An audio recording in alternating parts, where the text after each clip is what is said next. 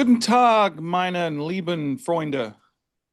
Uh, Ich heiße Stuart Butler, and I can't do any more German than that, but I'm joined today with Adam Stoker. How are I you? was not ready, Stuart. I was not ready, but I really appreciate the German intro. I did like a year of German in high school, but yeah, and the reason I'm doing the German today is kind of a shtick because of our guest has a last name that's actually a German word for church. But welcome to the show, Eddie Kirsch. How are you? Yeah, thank you. Thanks for having me. Yeah, some fun trivia. My last name means cherry in German, and at my wedding, which is now like 8 years or 9 years ago, we served a like cherry themed, cocktail for sunset hours. So there you go. That's Well, a the little bit joke's of on German me. education Yeah, for I thought it you meant guys in your church, and you're audience. saying it means cherry. So we just went through this whole thing because you were proud that you knew that his last name meant yeah. church, So oh and wow. it's Cherry. I think ch church might be with a C then. It's something very similar to that. Oh well. Oh, this made my day Yeah. already. Sorry to all the German listeners. We do have a couple of German listeners, so apologies for the brutal bad accent. But I did try, and hopefully I got the words right. So, but it's okay. Adam, how you doing, man? You know what? I'm doing great. I feel like, you and I recorded an episode yesterday, and maybe we won't share with the Desties which episode it was that we recorded yesterday. But Mhm. man, I felt rusty, and I'm feeling a little bit more like I've got my feet underneath me. I'm ready to do a solid job today and bring my A game to this Yeah. episode. We're breaking the fourth wall a little bit, right? But we don't always record in order that we release, so that and that was the first one back after a little atrophy set in. I think you and I both took a little break there between over the holidays, and so yeah, I agree. I didn't bring my A game either, so okay. Hopefully, our B game is good enough for this audience. But you know Well, what? Today, that'd be a fun game. We should ask our Desties to guess which episode it was that we're describing oh wow. once it releases, and then we'll see, oh, we thought you were bad on this one and that one, and it won't even be the one we're talking I about. don't see anything good coming from that. I'm going to go ahead and say hard no to that. But today, we're not going to bring our B game. We're going to bring our A game. And Eddie, I know you're going to bring some fun conversation. I like people like you that come at it from a different perspective. Eddie, you're more of on the data side, right? You want to describe real quick your role with Visit St. Pete Clearwater? Yeah. I mean, I've kind of found myself in an interesting position, and it truly goes back to like um, part of just what I've always naturally been interested by. So went to school for journalism and worked a little bit in the world of kind of content, but also in that area was very interested in the data and performance. So um, I've always kind of had 2 feet in different places. One is really trying to think about content and content as a storytelling means, and then the other side of it is also kind of the data and you know I've been interested in working in Big Bear Uh, and now Visit St. Pete Clearwater, really in kind of how people make decisions about their choices and vacation and what information can affect that. And I kind of see those two things as being interestingly connected, and you know uh, certainly a part of my career that I've dedicated myself to while I've been in destination marketing. Yeah, interesting. We've had quite some episodes recently where we've talked about sort of the storytelling side, and we're talking about the audience for that and it seems like you sort of sit in that middle where you're looking at storytelling both to the visitors but also to your local audience, right? You're Yeah. having to just justify your existence and your metrics and stuff through storytelling. So it's kind of interesting. I'm sure we'll dig into that deeper as we go on with the episode. But before we get into that topic, it is the time, Eddie. You're in for a treat. This is the greatest segment in all of entertainment. And Adam, tell me, are we bringing the old school, the new school? Where are we at these days? Oh, yeah, no, don't have the new jingle ready to roll. In fact, when we floated that idea, we even got pushback from our guest on the episode that we talked about that. So I'll work on a new jingle, but yeah, it won't be this episode. It's an A/B I'm test. gonna chime in here Very and good. say the jingle from listening to it several times, it never gets old from just the appreciation of someone listening to it. Eddie, you can come back anytime. I don't care how the rest of the episode goes. You are a staple of the show from this Mm. point forward. Yeah, I'm gonna have to hard disagree there. Oh, It's sorry, one I can't hear you. ejaculation for you. Stuart, I can't hear you. Oh man, no lyrics. Oh, there are lyrics down there. I didn't see 'em. Oh, look, Eddie's dancing. Look at that. Oh yeah. He can join Caleb and Jennifer. Little dance off. Made my day, Eddie. It doesn't take much, does it? So today's Stu's news, Amazon just announced, they've been dabbling with this Alexa Plus concept. I don't know if you guys have Alexa devices in your home. I have literally about, I think last count, 18 or 19, have set it up to control everything. Like it's in every room, like all our TVs, all our lights, all the thermostat, all the things, all our cameras. Like we're pretty an early adopter, heavy user, but it sucks. It sucks. Like the actual intelligence of the platform sucks. It's great for automation, home automation. It's not great for much beyond that. And they've released this Alexa Plus, which is free right now to anyone that's a Prime user, but they'll probably charge something at some point, right? It's not that much better. But what they just announced is now Amazon Plus has a chat interface. So if you go to alexa.com, you can sign up, whether you have Echo or Alexa devices or not, you can sign up and use it like an LLM, like anything else. You can upload files, you can do the same thing. So essentially, this is a alternative to a Gemini or to a ChatGPT or whatever, name your LLM of choice. And so I just think this is interesting that Amazon's going this route, right? It's sort of as a tip of where they think they can corner the market or at least get some penetration. But it's also contextually, I think it's relevant because we've seen data recently that's coming out that ChatGPT has had the dominant market share. It's been over 70% of the market for LLMs for pretty much since it launched. But it seems to be slipping. It's slipped just below 70%, still by far the biggest. But if you just look at December alone, it dropped. It actually dropped usage by about 6%. And then if you look at Gemini, it increased in the same time by 30%. Now, Gemini is still in the 1 billion plus something versus the 5 billion plus that we're seeing with ChatGPT. But we're seeing some shifts, and I think I just wanted to have a little conversation because anecdotally, I'm hearing a lot of people that are shifting to Gemini and saying that Gemini is becoming a little more valuable to them than ChatGPT. So, going to throw that to you, Adam, first, and see any response to this on the Alexa side or the shifting sands. Yeah, it's funny because if I would have really thought this through early on, I feel like I should have seen some of this coming. And the reason I say that is ChatGPT had the luxury of being first, and I think that is such an opportunity, especially for someone who's breaking into a market. And when we talk about data and technology and even just consumer behavior, ChatGPT was new. They were brand new.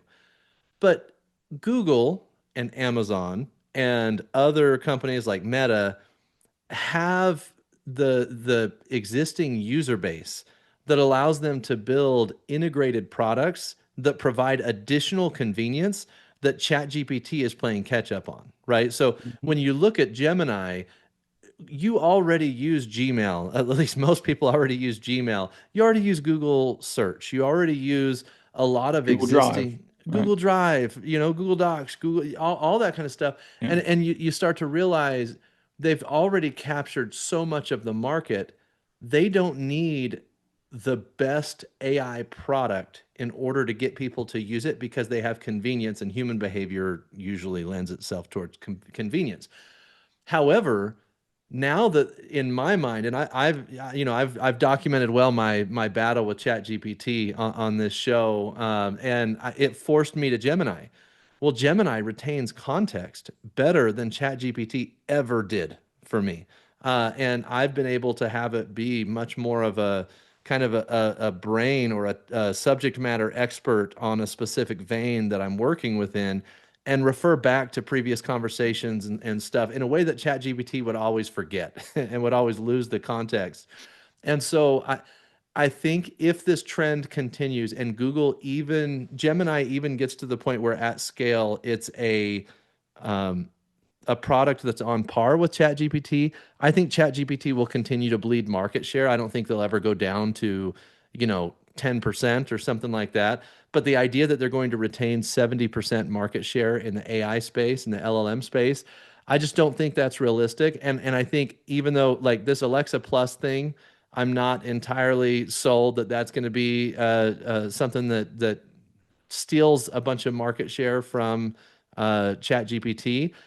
It's just one more slice of the pie that's going to get users in some way, shape, or form. And no matter what, that's probably going to decrease market share for ChatGPT. So I think we're going to see a lot of evening out. And my prediction at this point is I believe that Google is probably going to win the LLM war. Now, what does that mean for robotics and other applications of AI? I'm not ready to say that Google's going to win that. But as it pertains to LLM specifically, I think it's very realistic that ultimately Google wins that battle.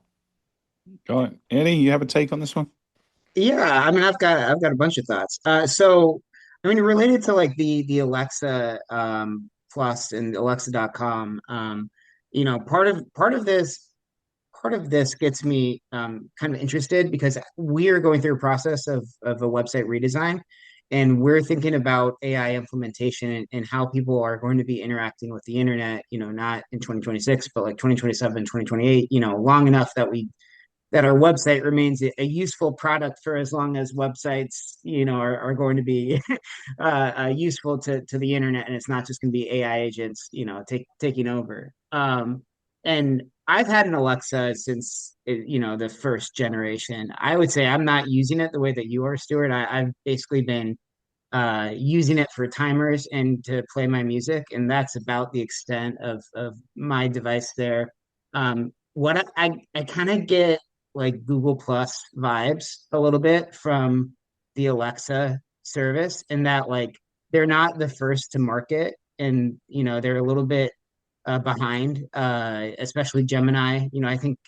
Honestly, I think I've been using Gemini since the Nano Banana kind of 3 came out, and I used it to summarize thoughts and notes for this meeting. I think it works great, and I think Google is a business that probably has enough resources to take over kind of the world when it comes to AI agents. I think that, like you guys have sort of said, Chat GPT can't necessarily keep up, and that's kind of a take I've heard, from other news sources as well, that the projections don't look good for Chat GPT right now. Now, maybe Chat GPT gets bought by Microsoft, or that becomes an official merge, or something like that. But yeah, I mean, in terms of like the actual Alexa product, as I sort of visited the website and checked it out, and you know it explored all the things that it could do. I mean, a part of it is really interesting because it's like, one of the ideas is plan a tiki party for me. So presumably you would do that, and it would give you the list of items that you need to order from Amazon to make your child's tiki party wonderful. Um, but who knows? I don't I'll hold off on like bigger thoughts about it. But that my initial thought was like, okay, this is kind of you know from a big company that is the maybe third or fourth to market with an AI product. So I don't know how successful it will be right off the bat. Yeah, it's interesting to bring up Google Plus. I think a lot of people probably forgot that it even exists. That was Google's attempt at a social media platform at the infancy when Facebook and was taking off, and really even before video was existed. So it was before TikToks and Instagrams and stuff like that. But there's a couple of things at play here. I think one, history will tell you that the first to market rarely is the winner, right? We go back to AOL, in terms of getting people on the internet, and we can go back to look at search engines, right? Google certainly wasn't the first search engine to market. We had, Ask Jeeves and Excite and InfoSeek and Yahoo even before that, So the chances of ChatGPT maintaining their crown is unlikely, and I think I would never bet against a Google, and I would never bet against an Amazon. I would never bet against an Apple, right? I think that would be foolish. But I think we need to sort of zoom out and say, well, what does this mean for destinations, right? I mean, one, I think it means we as destination marketers, you need to be using multiple tools and not be married to one, right? I think we'll probably have preferences, but we all need to be not putting our eggs in one basket. It's possible at some point ChatGPT runs out of money and goes bust, right? That's unlikely in the near term, but in the long term, it could be a defunct company or at least a shadow of itself in the future and sell its assets, much like Yahoo did. I think they'll probably IPO before it gets to that point, and that'll probably buy them a bit more of a runway. But so I think we've got to, from our own personal function, have to diversify. But we also have to, as someone that is promoting the destination, we also need to think about the consumer's change in behavior in the fact that this will probably be fragmented, right? There will probably be at least 3, 4, 5 or more LLMs or AI devices, personal assistants of choice. And we're going to have to make sure that we're present in doing the right things for all of them. And so I think similar to how we do search engines, but more than that, we might have to end up developing relationships as destinations with these LLMs to make sure we're providing the content, the relevant content in the right way to them, or even unique content that doesn't exist anywhere else. Because potentially, to your point, Eddie, we might not even have a website at some point in the future. So how do we get the information we need to them? So I don't know. I think it's interesting. It's something to watch. I don't love this platform particularly, Amazon Plus. Although they have done some other cool things with AI, I will say Amazon's release of Rufus in their actual Amazon shopping app is pretty cool. You can ask it questions and shop in a bit more of a dynamic way, and that seems to be working really well for consumers. The data would suggest too. So I think it's kind of cool, man. I think it's kind of cool. Now, Also, it let's just shift feels gears. like, Amazon and Google are taking over literally every every space of your life and trying to trying to maximize, their attention on your daily routine. They have tentacles into us in many forms, right? Whereas Chat GPT right now really only has one tentacle, and it's kind of brittle, that relationship, right? The cost to switch is not that high. And so other than the context that's lost, canceling a subscription, it's not that high. But we've seen that someone like Google has been able to, even with a brittle relationship like search, they've been able to maintain market share in the 70+%. So we'll see. We'll see. Now, Eddie, before we jump into your topic, I do want to point out that you're a big soccer fan, or a football fan, as it should be called. Or Whatever you football, call it. as the Germans call it, if we're going to do a callback to earlier in the episode. Um, Are you sure? no, that could mean cherry. It could mean apple pie. I don't know. Um, I'm pretty sure on that one. But you had interacted with a question we put on LinkedIn about the World Cup, and I think I've got some strong opinions on it. But I just real briefly before we jump into your topic, I'd love to hear a little bit of your take on what you said on LinkedIn and what your opinion is there. Yeah, well, I mean, first off, for all the destinations that are hosting a World Cup game, I have envy, and I don't like you right now. I wish it was happening in our backyard.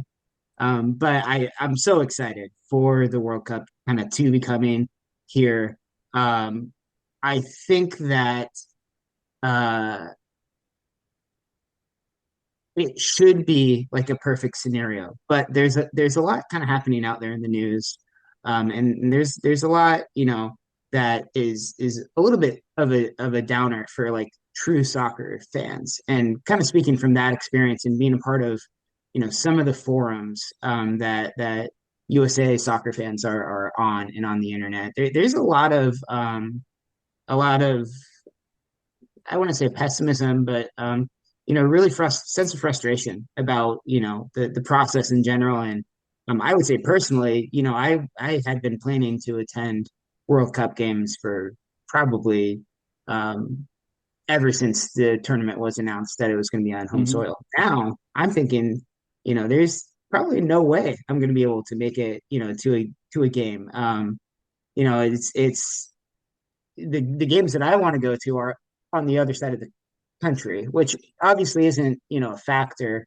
But as I've talked about kind of the demand and the increase, it's really probably pricing out a large size of the audience that would be going to a Mhm. destination like this. And so I do wonder about the overall like size and impacts that it will have, and whether it's going to kind of equally benefit a destination, or there's going to be certain parts of the destination that are going to have an enormous, tremendous boon, but other parts of the destination that may not see the promise that they had hoped. Now that's pure speculation from my Yeah. end, and I'm Well, that's definitely all not in we a are on this position to show. say It's all that. about But speculation. So you're in good company. So I'll say this, like the process itself, FIFA, I will call FIFA out. The process for getting tickets is atrocious. Like I myself have tried to, I'm in the lottery right now, but I wanted to go buy like England ticket. Obviously from England originally, I wanted to go buy England tickets. And when I go into the lottery, there's no way for me to say, hey, I want any England game regardless. I have to go into a lottery specific, pick only the groups games right now. I can't even hedge and say I want to buy tickets to a quarterfinal or semifinal or final if England's in it. The price is crazy, right? The third tier is like $250. The second tier is like 400 and something bucks. And then the top tier is like 600 and something bucks for a group game, like against, you know, not great teams. And so super expensive. Plus, the only way you can buy tickets right now is you go into a lottery and you have to put your credit card in. You don't know if you're going to get it or not, but you have to say all the games you want, and you could end up getting all of those games, right? So it's like, well, what if I only want to go to one game? Do I hedge and just pick one game, or do I pick three and risk having to buy tickets for all three? Because if you get accepted, it automatically charges your credit card. The whole process is ridiculous. Plus, if you have larger groups, like there's this whole weird convoluted system. Like if you want to match other parties together, like it's horrendous, and it's going to create this. I really fear for the scalping on this. Like I feel like a lot of people are going to buy bulk tickets, and then just the costs are going to go on the secondary market astronomical until the last minute, and then we'll see a price crash, and we'll probably end up with half empty stadiums in some of these games, and that's not a good look for America. So I think that's really frustrating. And then I think America in general is maybe overhyping the impact that this is going to have, and I hate to poo-poo it, but this is my opinion, but it's also based on the reports that have come out from other places that have hosted it historically. Like, and it's the same with Olympics and other big things. There's a big spectacle, there's a lot of hoopla, and it's a lot of community pride. But when you look at the long-term economic impact of these kind of events, it's not there. It just isn't there. It doesn't measure up. And all these predictions that it's going to be billions of dollars to each individual place, it's fabricated. Like it's based on best case scenarios, and that's not what the reality is. So I don't know. I feel like we're getting a little overhyped for the World Cup, and I hope we're not going yeah, to be I mean, disappointed, but I feel like we might be. it's hard for me to not get hyped at this point, because it is just like 6 months away. But at the same time, um, I think the the hope is that as a sport, it really does make an impact in terms of the growth of that. And I think regardless of the impact of um, the event itself, I think that there could be some difference between that and like something like an Olympics, where like this could help impact the trajectory of a sport. And that could have Maybe. positive impacts for our destination to have, those soccer teams be things, additional experiences that people want to participate Sure. in the area. But I don't know if I buy it completely, because I think I've been here 25 years in this country, right? And I love soccer. When I came over, even before I had kids, I coached soccer at the YMCA. I've been ingrained in soccer since I've been here and coached a lot of teams, but also my kids have gone through soccer. America doesn't have a participation problem at the youth level, right? There's more kids playing soccer in America than any other country, right? The problem we have is there's competitive sports that don't exist in other countries, right? We've got really three or four that are significantly more lucrative, more fashionable, right? You got football, baseball, and basketball. You could even argue hockey in some areas. And so until some of those diminish, which I don't see happening anytime soon, the best athletes are going to go to those leagues. So America's always going to struggle to be competitive in soccer because of the competitive nature of the other Well, sports. I don't I know. don't I see could the be American team doing a great hopeful at this World Englishman Cup either. speaking a little bit right now. Yeah, but No, we're obviously this going to win the World Cup. So okay. All right. So this is where I got to come in and just shut some of this you can craziness shut down my down. jingoism. Yeah. So first of all, I had to do a little bit of research. I'm a little bit of at a disadvantage to both of you because apparently this soccer fad outside of the United States is like a big deal. And so and Mhm. I didn't realize the World Cup. Yeah, I think people find it interesting, right? And so I was able to, and okay, the shtick ends there. I'm not going to continue to be sarcastic about soccer, but I did want to go look at how realistic some of these claims of the World Cup being a flop are going to be. And I think there's a couple of realities to it that I think are true, and then I think there's a couple that might be a little overstated. Number one, the FIFA has had a world record volume of ticket requests for the World Cup than they've ever had, over 150 million, which would make it oversubscribed by more than 30 times. And so I think that, yes, the lottery system is a nightmare and all of that, but there's clearly demand. Now, one of the issues that there are in this World Cup versus World Cups in the past is that this World Cup is the first one that's hosted across multiple countries. So there's Canada, there's the US, and then there's Mexico. So you're already slicing up market share for the World Cup a little bit, right? Between multiple countries. There's also a lot of the geopolitical stuff going on that's going to limit international travel, especially to the US, compared to what I it's don't been buy it. I in don't the buy past. that argument at all. I don't think soccer fans care one iota. If they're following their team, they don't care. Well, fair, but even projections today are that 60% is going to be domestic US attendees and 40% of the attendees are going to be international, and that's the lowest since Russia. Prior to that, in other countries, it was For 70% or sure, but so. I think that's more because of the demand from the US than it is from the lack of demand from outside. Okay, that's fair. But from a travel perspective, even if that's the case, that's fewer international travelers coming, regardless of the reason that that's happening, Hmm. right? And so I think that's something that's going to possibly lower the economic impact by not having as many international travelers and having more domestic travelers. But people are going like there's not going to be empty stadium seats. I think people are going to be in the stadiums watching the games and it's going to be now are the economic impact is it overstated? Possibly, yeah, because the volume of dollars that we're talking about for potential economic impact might be overstated, especially if it's fewer international travelers. But I don't think it's going to be a flop. And I actually think FIFA does enough research and development and exploration that they, if it wasn't a flop in Russia, it's not going to be a flop here. Yeah, and I'm not trying to say it's going to be a flop. I'm saying it's problematic, and I do think there will be some empty seats at some games, or there'll be fire sale to fill up some of those. Probably not the England games, the Germany games, the Brazil games, but maybe, You're Curacao right. versus someone. Everyone's going to want to go to the England games. There's no Yeah, question about it. yeah, yeah, for sure. I mean, I'm gonna try. If anyone in any of those, so we're playing. I think we're playing in what Dallas and I think Boston and Philly, maybe. I forget exactly where England's playing. So if anyone in those destinations wants to hook me up with some tickets, I would gladly accept them. Wow. Yeah.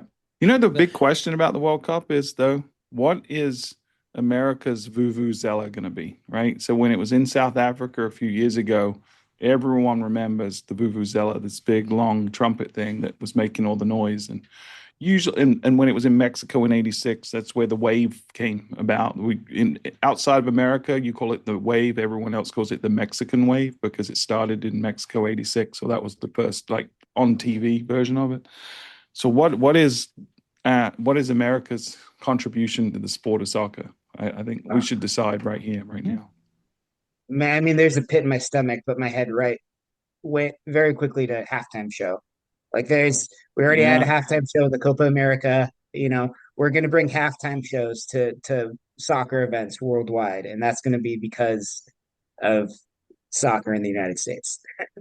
Boy, wow. is that a contribution we want to be known I don't for. know. Some of the halftime shows have been big losers lately in some of the big games I've seen. I don't know that I want that to be our contribution. Maybe I wouldn't bet against it. I think pageantry and expression are some of the things that America does better than any other country, right? Just celebration. So maybe so.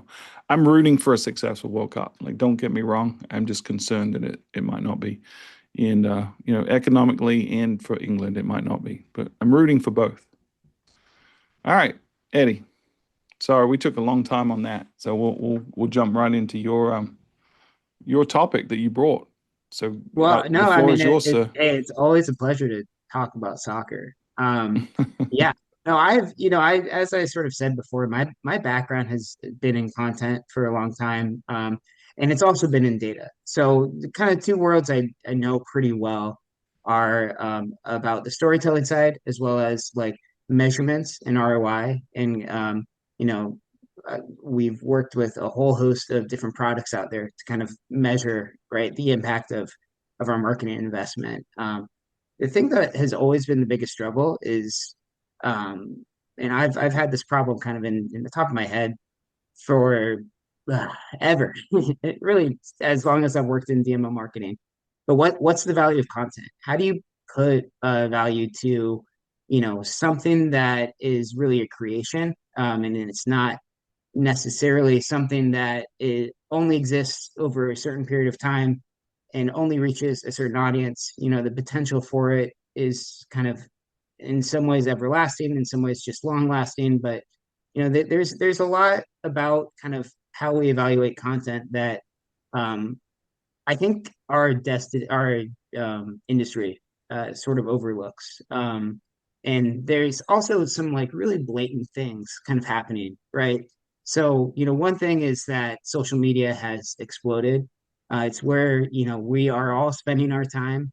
There's other things like YouTube, which again is kind of social media, but it's also sort of a streaming site, and it's, exploded to the top place that people are consuming online videos at. So, there's these locations, and from 2018 in our visitor profile study, about 15% of people use social media as a pre-arrival resource. In 2025, that grew to 45%. And so there's just all this arguments to be or information to kind of be out there that people's attention are going to these places that we're not always the best at measuring at consistently.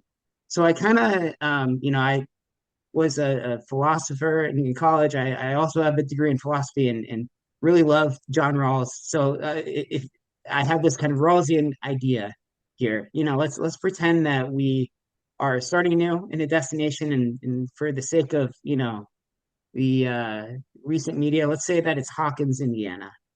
So we're newly promoted a DMO at Hawkins. They have a annual marketing budget of about $5 million to promote leisure tourism and help improve the image of the destination. They don't have any baggage, right? So they really just want you to focus on, how are you going to capture the most attention, right? And the most positive impact for the destination.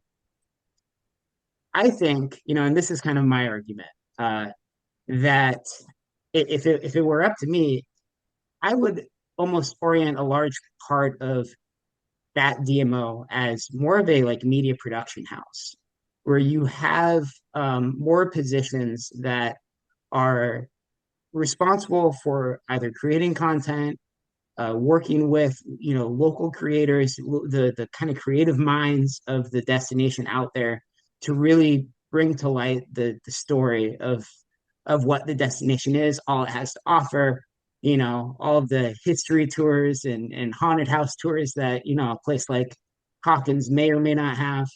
Um, that would be my argument. But at the same time, it's very difficult because there's not really an attribution model to sort of suggest that.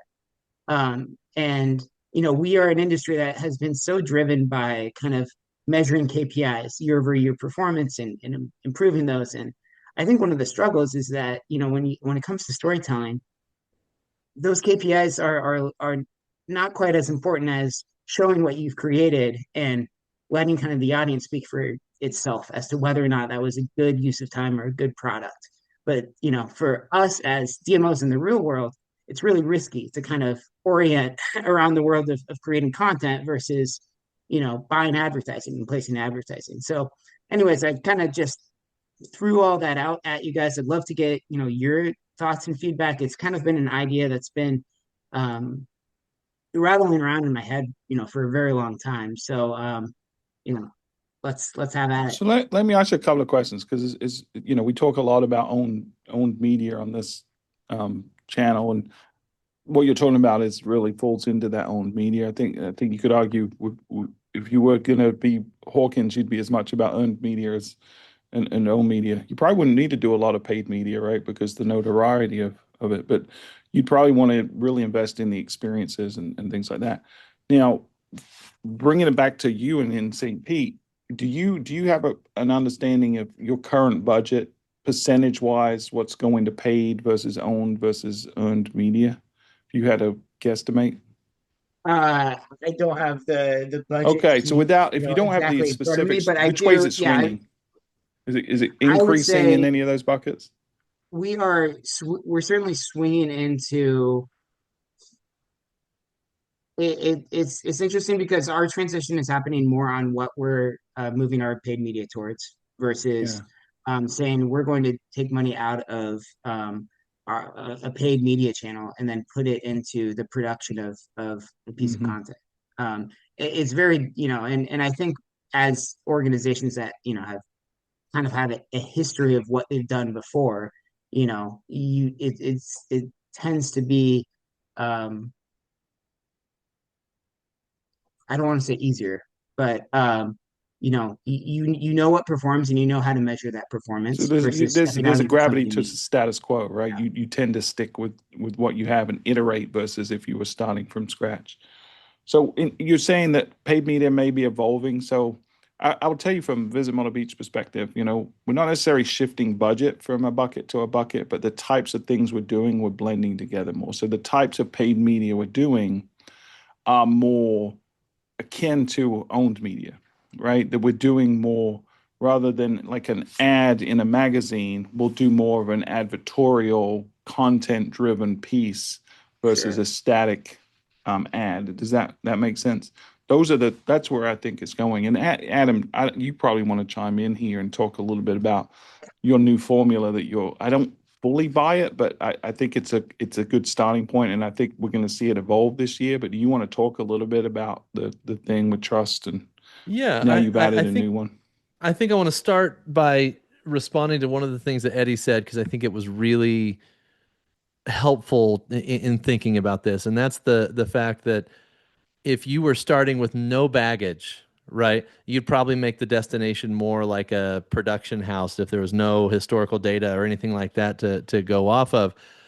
I think one of the questions every destination marketer needs to ask is my plan getting results that I can justify or demonstrate this year versus am I crafting a plan that's going to have after 5 years much more impact than it would if I was just looking at 1 year. And with the way we're funded, I think we've documented that a lot on this show. The way we're funded actually is what causes us to create 1 year impact plans as opposed to multi-year initiatives that would result in a higher level of creativity, that would result in a higher level of content. I mean, Stuart, you've talked a lot about traveling the spectrum, the show that you guys put together in Myrtle Beach.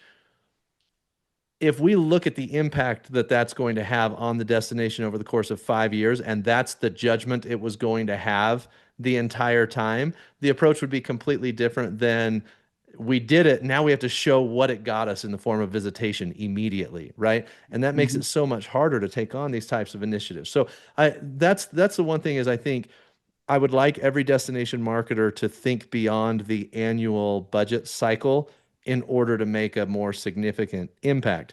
When we talk about the what I believe to be the most realistic marketing equation for success today, it's that with so much noise and content and information that's out there, it's not like awareness is the issue. people can be aware of you and not give a crap about you. You need their attention. So step one is you got to get their attention. And then the moment you get their attention, you have to sell them trust.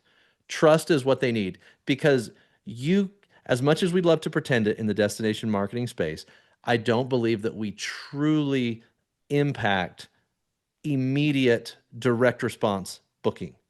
I think we can get their attention. I think we can get their trust. And then when the circumstances are right, if we already got their attention and they trust that we'll be the right experience for them, the circumstances added in, that's what equals action. So attention plus trust plus circumstances equals action. And if we structure our marketing around that, yes, it's going to be much more difficult to show that immediate annual result, but I think we'll be in a much better place over the course of 5 years than we would be if every year we're building a kind of siloed annual plan. So, And Adam, you know what's interesting is that equation that like I've struggled with it a little bit because I don't fully think it explains everything. But I was listening to your destination marketing podcast last night while I was taking out the trash, by the way. That's what I do while I'm taking out the trash is listening to your other podcast. Thank you. But thank you. Number one, thank you for your shout out of this show. It was your New Year's episode. It was great. Everyone should go listen to the Destination Marketing Podcast. Thank you. But you were given this analogy, and I was struggling with it a little bit. But what occurred to me is it's not dissimilar to the approach that I stole from Tim Peter, a friend of the show who's been on the show before. He has an equation, which is the approach I brought to Visit Myrtle Beach, which is content is king, customer experience is queen, and data is the crown jewels. And if you really focus on those three things, you're going to have success. So in this case, the content is how you achieve the attention. The customer experience is how you build the trust, and the data is how you understand the context to be able to do it, right? So yeah. It's interesting that now I actually buy it a little more because I see the analogy in a different way.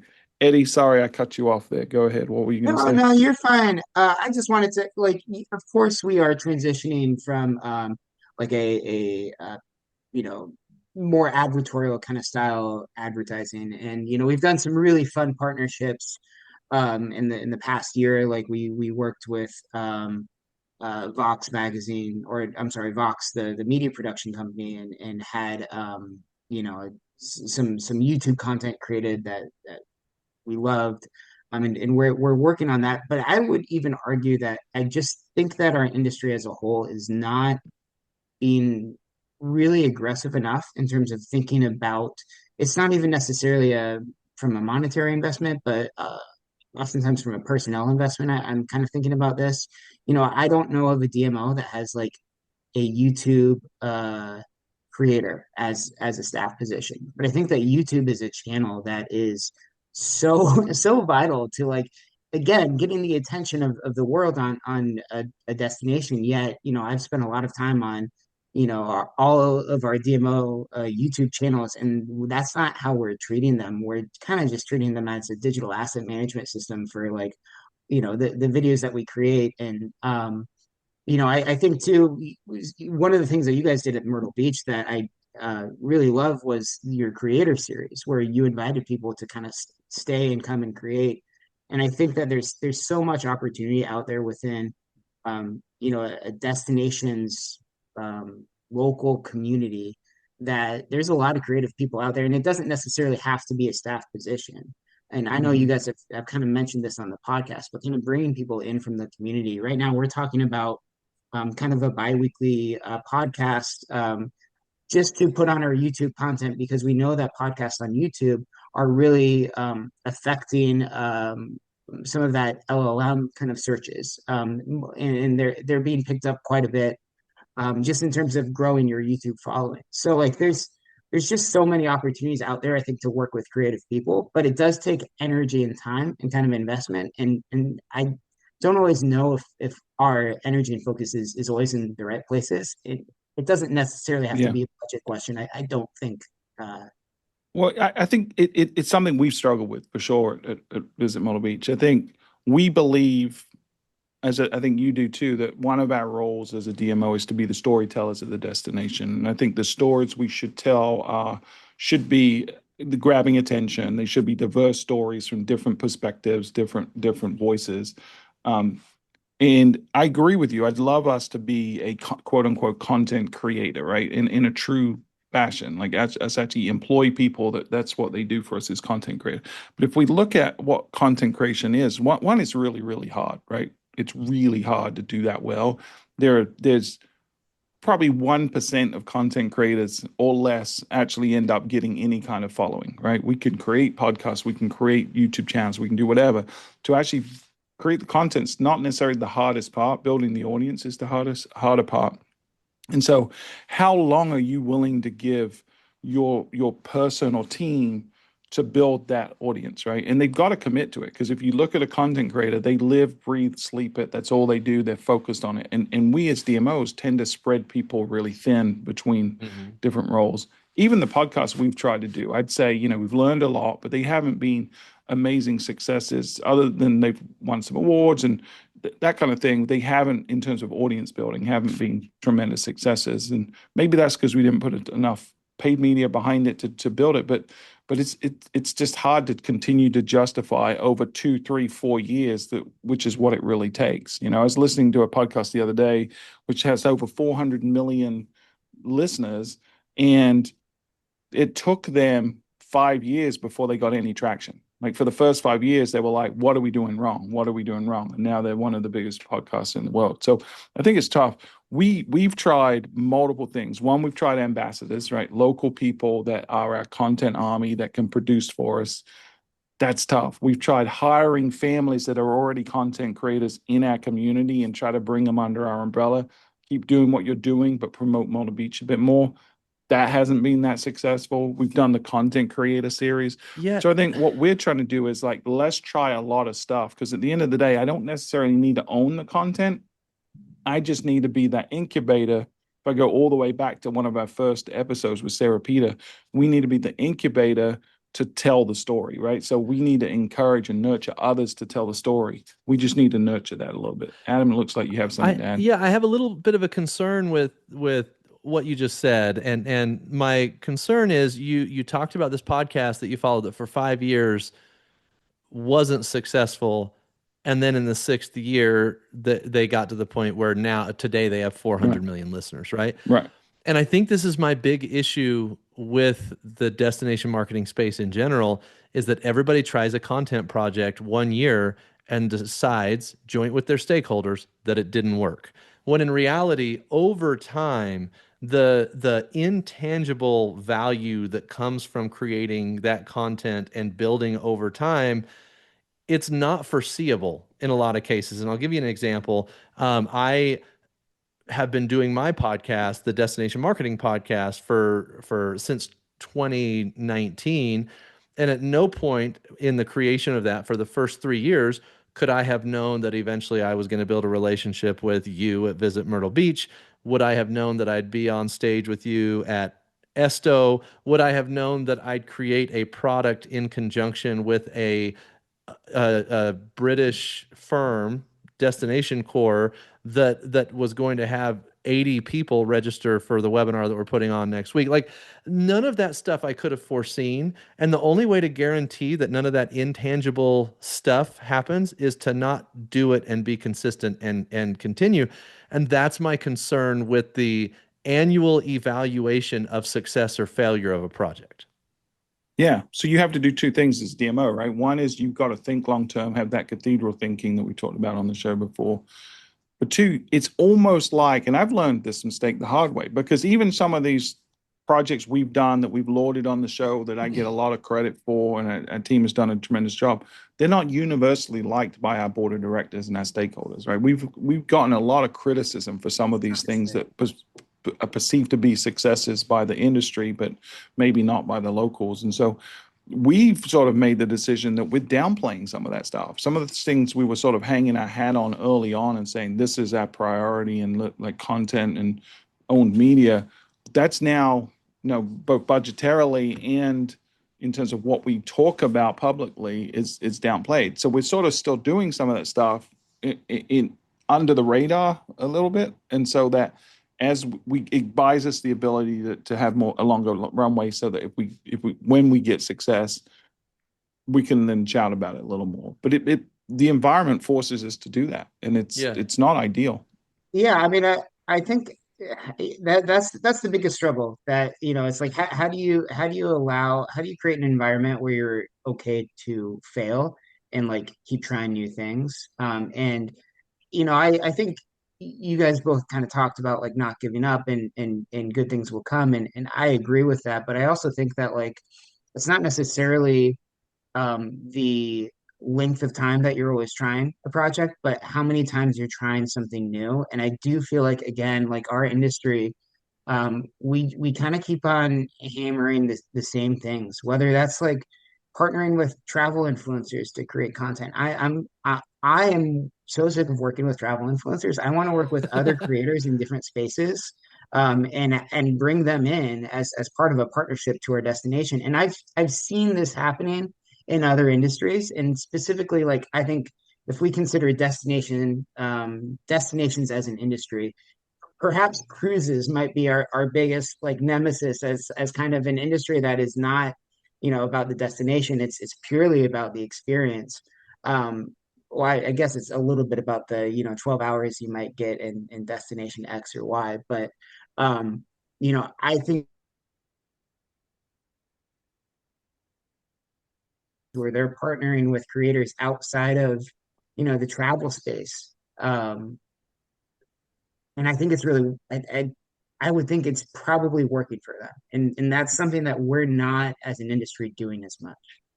Well, I've long held the opinion.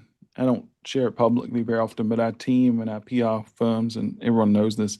I despise travel quote unquote influencers. I think it's the worst investment any DMO can make. I think there's zero real tangible ROI from it other than vanity metrics. I think just step back and think about what you're doing, right? You're paying someone that all they post about is all the places they travel to their so the audience is seeing every day or every week a different place that they've been to. Like it's the chances of you convincing that person that Myrtle Beach is the place to come are next to nothing. But I would much prefer to bring in content creators that have nothing to do with travel, that don't focus on travel, that have a loyal audience, and invite them to do their shtick, whatever their shtick is, in Myrtle Beach. Right, that's a lot more interesting. I have no competition then, and it's a lot more sticky. I'll give you an example. We work with this family that they've started traveling a little more now, but their whole thing was just them in their backyard and their environment, their community, doing things with their three young kids. I think at the time it was just two kids when we first engaged them, but we told them and reached out and said, "Hey, we'd love for you to come and just do a little series in Myrtle Beach. And we're not gonna pay you, but we'll cover the cost for whatever." And these people were substantial. They hadn't really tapped into the travel market, but they had a few million subscribers. And we did like four videos with them. Each one ended up getting millions and millions of views. And we're still getting people visiting the businesses that they showcased today, like a couple of years later, that heard about it and saw it on their YouTube channel a couple of years ago, or they saw it recently because it's evergreen, right? So DMOs should not be using travel influencers, in my opinion. They should be finding content creators that are relevant to their audiences and bring them to their destination to create cool content.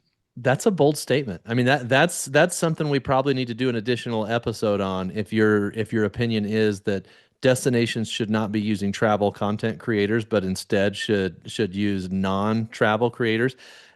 That's something that we need some time to unpack. Yeah. That's pretty radical as far as what the current status quo is in our space. There are some niches to that, right? Or some caveats, like niche travel. Like I think if you're trying to specifically target certain audiences or showcase specific amenities, like I think about accessible travel, things like that. I think I would think that's more akin to what we should be doing. But I think a generic vanilla person that just travels from destination to destination and just says, "Look at me," it's a complete waste of time. So if you're listening, sorry, Eddie, but if you're listening and that's an interesting topic to come on, and especially if you disagree with Stuart, I always like those. Come on and let's have that conversation, because I think that's one we need to unpack in a full episode.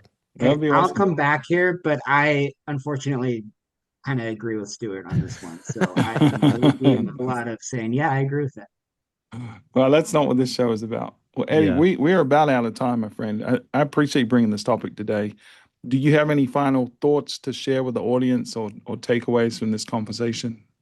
You know, not related to this conversation, but I just want to say that this podcast I think is really scratching an itch, and I truly appreciate being a part of it and getting to be on it. I've again been in the industry for some time, and I feel like this is a good forum for us to really kind of talk about real issues without feeling like there's literally 250 people out there in the audience. Obviously you guys do have an audience, and this is a comfortable environment to sort of say, these are some of the problems, or maybe some of the thoughts and ideas of the tourism industry right now.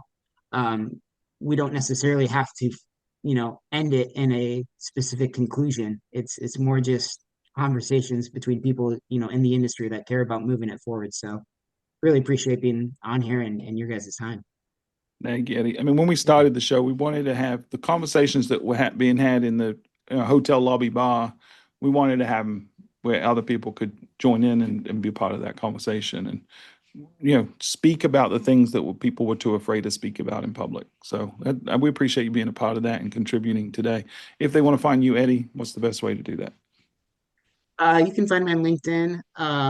Just search my name, Eddie Kirsch, with Visit St. Pete Clearwater. You can email me at eddie@visitspc.com. Happy to hear from. I'm sorry. Is the name of your The guys' audience? The Desties. Desties. The Part Desties. of Yes, the the Desty Desties crew. are a part of the Desty Nation. So thank you for being on, Eddie. Adam, any final thoughts to you? Where can they find No, you? this was really fun. Eddie, thank you for coming on. And I tell you what, anybody that's out there listening, be careful commenting on Stuart's LinkedIn because you never know, it might end up with you being a guest on the show. I really appreciate Eddie. It was great to meet you and appreciate you bringing the topic to us today. Where can they find you, Adam? Adam at thebrandrevolt.com. Find me on LinkedIn or, of course, on Tourism IQ.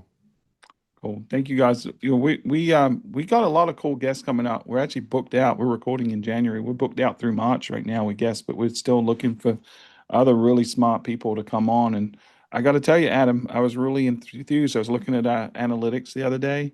December was our number one download month of all time, a 400% increase over last December. So we're definitely, Fantastic. to use Eddie's words, scratching that itch. So thank you all for being a part of the destination, and we want to continue to see that growth. Let's see if we can get another 400% increase between now and next December. But I'm hoping January is good. People start with their New Year's Yeah. resolutions, and one of those is I'm going to listen to more podcasts. So we'll see a little spike in January, probably, hopefully. But Hope so. guys, thank you for listening. Please like and subscribe, leave comments, all that fun stuff, and tell a friend. Like, that's how we're going to spread the word. Is if you're getting something out of this, then think about someone else at your DMO or another that may get something out of these conversations.